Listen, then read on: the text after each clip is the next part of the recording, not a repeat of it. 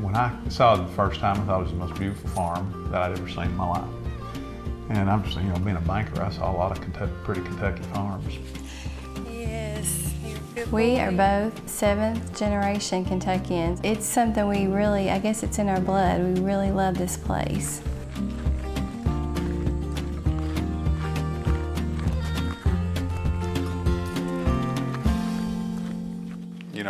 I definitely struggle with greed and empire building and being too expansive, and that's my struggle. I mean, it's my absolute weakness. My little brother and I went into business early together, and I guess that when I look back on it, I just wanted to be rich. I think I was 19 and Vince was 17, and we sat around the room and we decided to be the wealthiest men in Kentucky. I liked selling, but I didn't like selling hard to sell products. And so we started thinking about the bank would be really good because money everybody needs. And so it's much easier to sell. And so we got in the banking business bought our first bank when I was 26 and started running it. We built the banks. We started buying a bank every 2 or 3 years and then kept buying real estate. That's kind of been a constant in our organization. It's just buying deals when we find them. And then in my personal life, I had I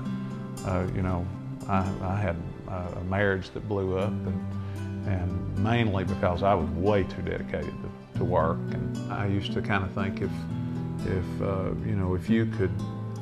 if you're having problems, if you could just be a little bit more like me, you'd be better off. And of course, then you learn it doesn't have anything to do with me, and I can screw up anything. And I really believe my divorce was a defining moment in my life.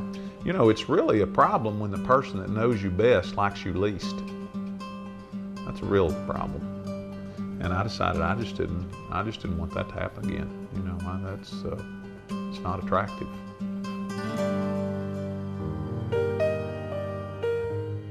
My little brother and my dad were probably my biggest influences early on giving.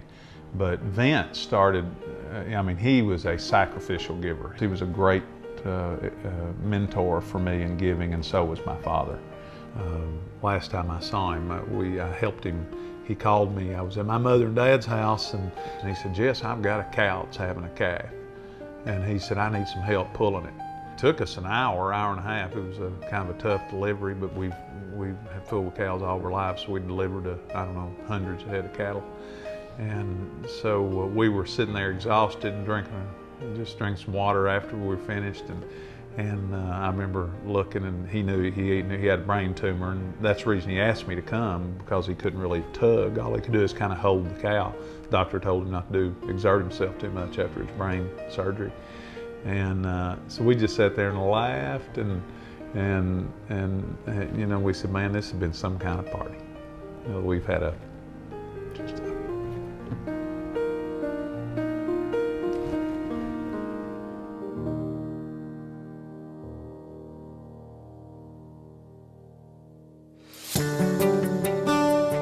Jess and I met on a blind date. My cousin is married to a guy that works at the bank. They called up one day and said, "We've got this guy, and he's 40, he's divorced and has 3 kids." And I kind of went, "Oh wow, I don't know. That's a lot." I'm not a big change person, and I was looking at a lot of changes. Losing, my church, my friends, my job, my independence, my role as single career woman to married stepmother, and just all those things were frightening. It was wonderful because God provided so many confirmations during that time that yes, this is who I have for you. I know that we're both our closest advisors. I cannot wait till, if I've got a lot of pressure or a lot of issues at work, I can't wait till I get home at night to sit down and kind of lay it all out and say, "Now, what do you think about this?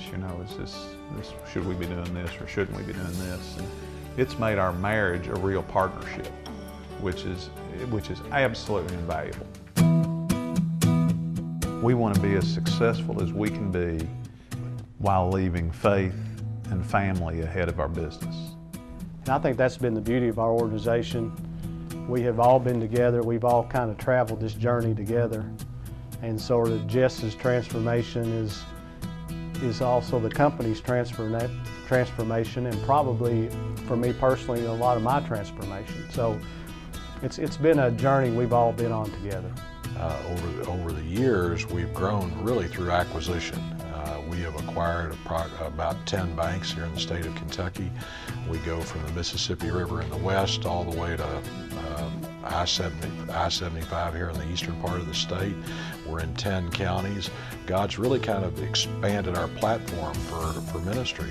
We want to use our influence, our example, and our resources to help people make wise financial decisions. Now that's very different from a bank. For a bank, we're a bank that's really encouraging you not to borrow too much money and to leave lots of margin in your life. We have made Crown Ministries small group study available to all of our people. They understand now a lot of how we think and how we're motivated. As the company has prospered, a lot of us personally have prospered by virtue of the fact that we own stock in the company. We discovered a way through National Christian Foundation that we could give stock. They would, liquidate that stock and we could give that away. It's been a tremendous blessing to us and to unlock that value. That's been the primary way that we've been able to really increase our giving over the last several years.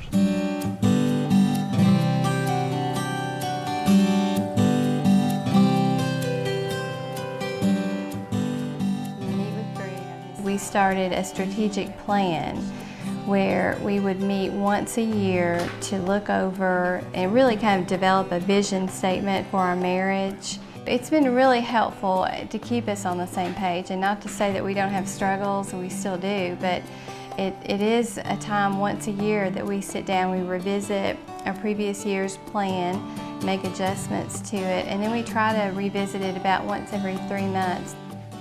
Do not acquire anything. For how long? This is for the whole year, but work on what we have. We will give 10 or 12 times what, on a good year, what we spend. And I love what my father says. He says the antidote to greed is recklessly giving away money. And I think it's true. When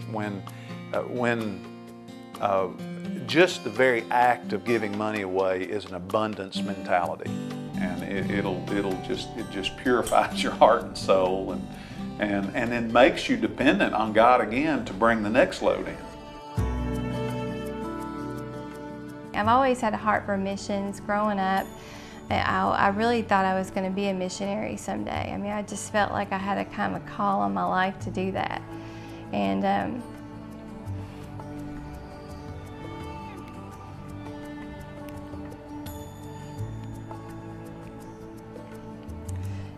God has given that to me.